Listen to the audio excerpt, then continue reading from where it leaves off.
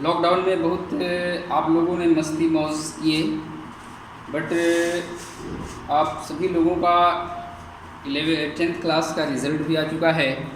सो मुझे लगता है कि अब 11th क्लास की पढ़ाई धीरे धीरे हम लोगों को स्टार्ट करना चाहिए, ट्रैक पे लाना चाहिए, बिकॉज ऑफ बहुत सारा समय हम लोग व्यतीत कर चुके हैं। So without getting late, first of all हमें डायरेक्टली अपने सिलेबस के बारे में समझते हैं और देखते हैं कि फिजिक्स के 11th क्लास में कौन कौन से टॉपिक्स हमें पढ़ने हैं और उस प्रत्येक टॉपिक सब कितने कितने लेक्चर के हैं। तो आइए देखते हैं 11th क्लास फिजिक्स सिलेबस कितने यूनिट्स हैं, कितने समय में कवर करने हैं। सबसे पहले उन टॉपिक्स को देखा जाए तो मैं बात करूं आपके यूनिट्स की। तो यूनिट फर्स्ट जो पढ़ना है इसको बोलते हैं आप फिजिकल वर्ल्ड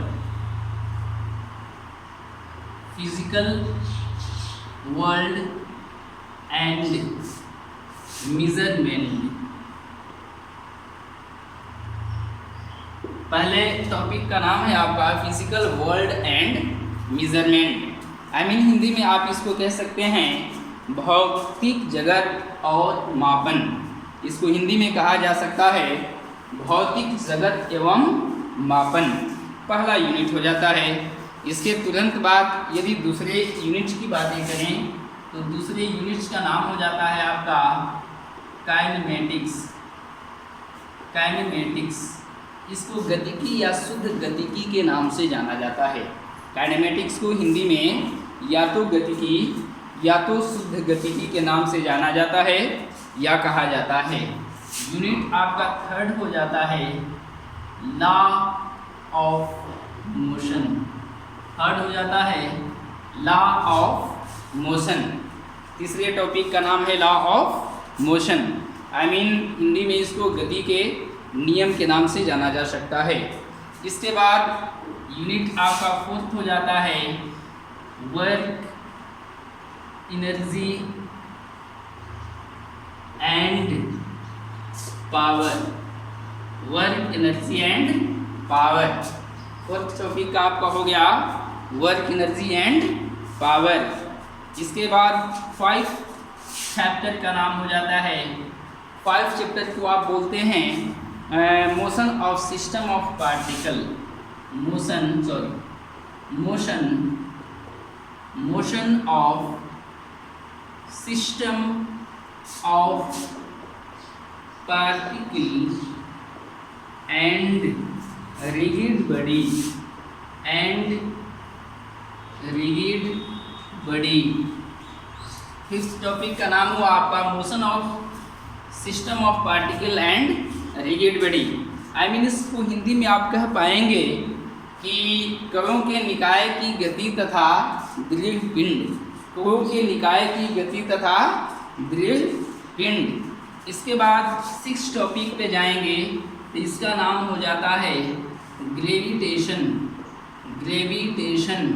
बहुत ही इम्पोर्टेंट और बहुत ही इंटरेस्टिंग चैप्टर है जिसका नाम है ग्रेविटेशन, जिसको हिंदी में गुरुत्वाकर्षण के नाम से जाना जाता है। हिंदी में इसको गुरुत्वाकर्षण कहा जाता है। इसके बाद नेक्स्ट आप 5, 6 के बाद 7 टॉपिक ले लें तो आपके 7 टॉपिक्स का नाम हो जाता है properties of bulk matter. Properties of bulk matter. Properties of bulk matter. इसको हिंदी में कह सकते हैं आप स्थूल अवस्था में पदार्थों के गुण। स्थूल अवस्था में पदार्थों के गुण। इसके बाद 7th के बाद आप ले सकते हैं अपना 8 यूनिट 8 जिसका नाम है आपका थर्मोडायनेमिक्स। केमिस्ट्री में भी ये चीज़ पढ़ने को मिल सकता है आपको। थर्मोडायनेमिक्स इसको हिंदी में ऊष्मागतिकी के नाम से जाना जाता है या ऊष्मागतिकी कहा जाता है। Thermodynamics.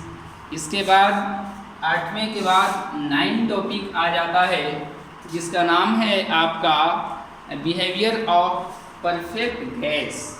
behavior of perfect gas, and kinetic theory,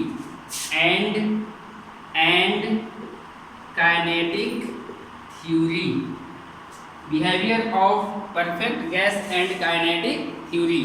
I mean इसको हिंदी में आप कह सकते हैं पूर्ण गैस का व्यवहार तथा अणुगतिक सिद्धांत। क्या कह सकते हैं? पूर्ण गैस का व्यवहार तथा अणुगतिक सिद्धांत। I mean behaviour of perfect gas and kinetic theory. इसके बाद आपका नेक्स्ट टॉपिक है 10, टॉपिक नंबर 10। आई मीन आपका 10वां यूनिट है जिसका नाम है आपका ऑसिलेशन एंड वेव्स। इसका नाम है oscillations and waves, oscillation and waves. इसको कह सकते हैं दोलन तथा तरंगें। यही आपको 11th क्लास में 10 टॉपिक्स के बारे में अध्ययन करने हैं। जिस लास्ट टॉपिक का नाम है oscillations and waves, I mean दोलन एवं तरंगे। उम्मीद है मुझे कि बहुत मज़ा आएगा आपको 11th क्लास के फिजिक्स को पढ़ने में, क्योंकि बहुत इंटरेस्टिंग सारे टर्म टॉपिक हैं। इसमें सारी दुनिया इसमें एक प्रकार से समाहित है। इसलिए मुझे उम्मीद है कि आप लोग ईमानदारी पूर्वक इस 11th क्लास के सिलेबस को आप लोग पढ़ेंगे, मस्तीपूर्वक मेहनत करेंगे। सो ये हो गई आपकी टॉपिक्स की बातें। अब इसके अंदर चलेंगे तो ढेर सारी चीज़ों की कहानियाँ होंगी। That's all, bye.